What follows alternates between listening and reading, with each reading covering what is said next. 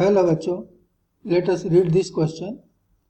Consider the following statements and select the correct statements. तो first statement है light year and year both measure time. Second statement है both have dimension of time. And third statement is light year measures length. तो यहाँ जो की concept है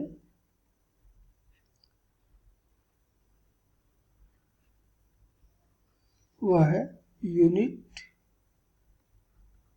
and dimensions.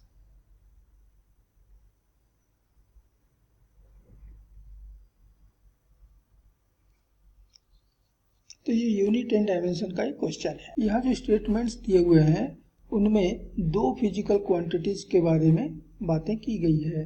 पहला है लाइट ईयर,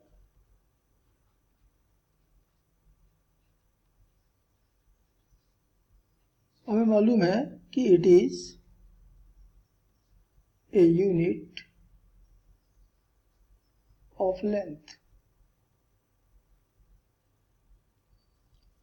तो लाइट ईयर लेंथ का यूनिट है। फ्री स्पेस में लाइट एक ईयर में, 1 ईयर में जितना डिस्टेंस ट्रेवल करता है हम उसे कहते हैं लाइट ईयर। और 1 लाइट ईयर जैसे स्मॉल एल स्मॉल वाई से रिप्रेजेंट करते हैं, ये बराबर होता है 9.461 इंटू 10⁻15 मीटर। इतने लेंथ को हम कहते हैं 1 लाइट ईयर। अब ये लेंथ का यूनिट है और इसलिए लाइट ईयर का जो डायमेंशन होगा, डायमेंशनल फॉर्मूला होगा, वो होगा लेंथ का, अर्थात एल। दूसरी क्वांटिटी जो यहाँ पर हमको दिया हुआ है वो है ईयर। तो हमें मालूम है कि ईयर जो है it is a unit of time. ये टाइम का यूनिट है।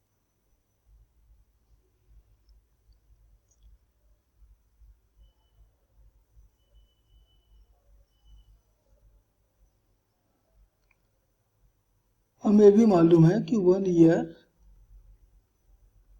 ये बराबर होता है 365.25 डेज। और इसलिए ईयर का जो डायमेंशनल फॉर्मूला होगा ये होगा टाइम का।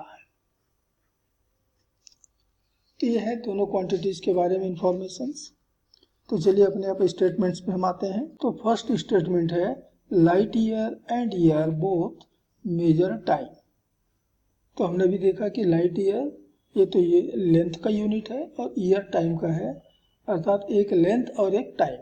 यहाँ कहता है बोथ मेजर टाइम, इसलिए रॉन्ग हुआ, इनकरेक्ट हो गया। सेकंड कहता है both have dimensions of time. हमने ये भी देखा कि लाइट ईयर का डायमेंशन तो एल है और ईयर का डायमेंशन है वो टाइम का है, और इसलिए ये स्टेटमेंट भी हमारा रॉन्ग है। एंड थर्ड कहता है लाइट ईयर मेजर्स लेंथ। ये बिल्कुल करेक्ट है, और इसलिए यहाँ पर केवल थर्ड स्टेटमेंट ही हमारा करेक्ट है। तो देखिए कौन सा ऑप्शन हमारा करेक्ट हो रहा है। ए कहता है 1 और 2 करेक्ट है, ये गलत।